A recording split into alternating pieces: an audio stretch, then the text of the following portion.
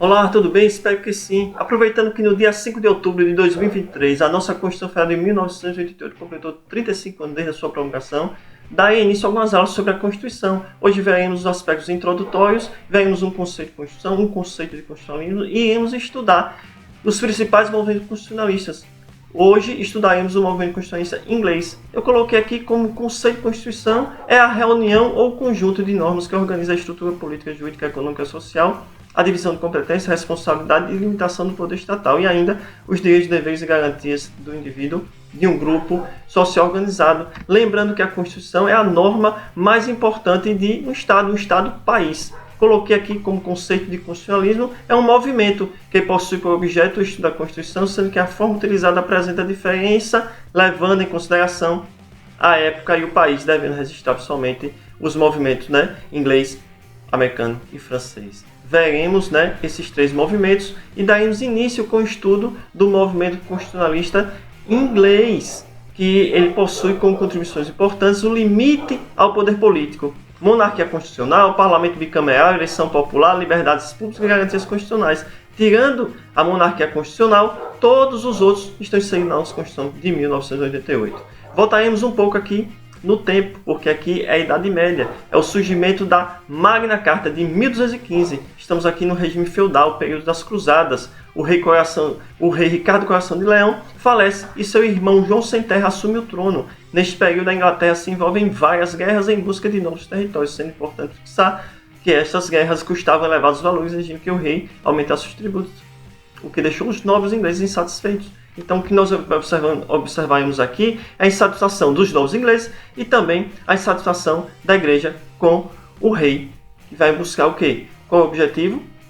Limitar o poder real. O desejo dos novos ingleses é retirar o rei João Sem Terra do trono, quando foi elaborada a Magna Carta e o rei teve que aceitar as regras impostas por ela. A Magna Carta criou um órgão denominado de Grande Conselho e que deveria ser consultado pelo rei antes da criação de um novo tributo ou da modificação de uma lei, trazendo ainda outra novidade, que é a necessidade de um processo judicial para que ocorresse a condenação de um súdito à prisão. E atenção, durante o reinado de João, a igreja também estava insatisfeita com ele e foi fixado na Magna Carta que a igreja da Inglaterra era livre, que podia gozar dos seus direitos e que suas liberdades eram invioláveis. Então vejam que os principais contemplados pela carta foram os barões feudais e a igreja. Não esqueça, a mudança central que teve início na Magna Carta foi a limitação aos poderes do rei.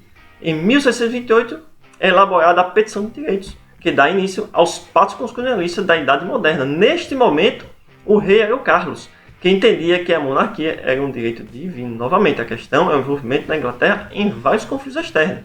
E o rei quer o quê? O rei quer receber mais impostos do seu povo. Em razão da negativa do parlamento, o rei Carlos passou a realizar empréstimos forçados e ordenava a prisão do cidadão que recusasse emprestar. E ainda colocava soldados na frente das residências inglesas. O parlamento inglês, em razão da atitude autoritária do monarca, exigia que o rei Carlos assinasse a Petição de Direitos, que possuía 4 princípios principais.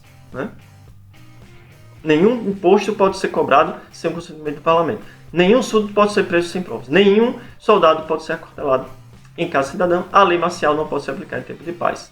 Então o ponto central aqui, mais uma vez, é o que? Submeter o rei à lei. Mas tempos depois, o rei resolveu dissolver o parlamento. E em 1679 é elaborada a Lei do Habeas Corpus, que amplia a proteção individual da liberdade do indivíduo, especialmente em razão da ordem de prisão arbitrária. É importante lembrar que esta proteção não surgiu com a Lei do Habeas Corpus, visto que a Magna Carta de 1215 possuía proteção jurídica da liberdade somente amparava os barões feudais e não a coletividade, o povo. Então é neste momento que a proteção da liberdade do indivíduo realmente é fortalecida, deixando de ser restrita a uma classe, passando o habeas corpus a existir como garantia de liberdade para todo ser humano na Inglaterra. Em 1689, é elaborada a Declaração de Direitos, ou a Carta de Direitos. Tem por ponto central, essencial, a limitação do poder exercido pelo rei e o aumento do poder do parlamento. O referido documento põe fim ao regime da monarquia absolutista e tem início o regime atual vivenciado na Inglaterra da monarquia constitucional ou parlamentar e ainda faz constar direitos fundamentais ao cidadão inglês. As principais mudanças existentes no mencionado documento foram proteção de direitos individuais com a liberdade de expressão e de propriedade. O rei estava submisso ao parlamento, fixou a liberdade de imprensa, estabeleceu a autonomia do poder judiciário, criou garantias processuais, leis somente poderiam ser criadas com a participação do parlamento, a cobrança de tributos tinha que ter a participação do parlamento, fixou eleições livres para o parlamento. E não esqueça, a Carta de Direitos de 1689 foi o alicerce, a base que influenciou várias normas de direito constitucional e de direitos humanos. Então, por hoje ficamos por aqui. Nas próximas aulas veremos os outros movimentos constitucionalistas. Até mais!